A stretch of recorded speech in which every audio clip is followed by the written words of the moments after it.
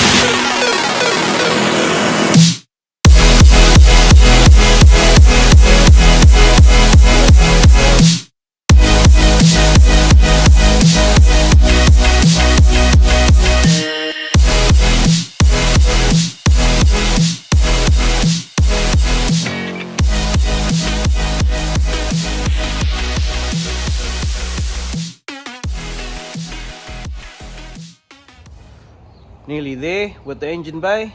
Finish most of the painting. Now slowly putting it together and still got a bit of wiring to do.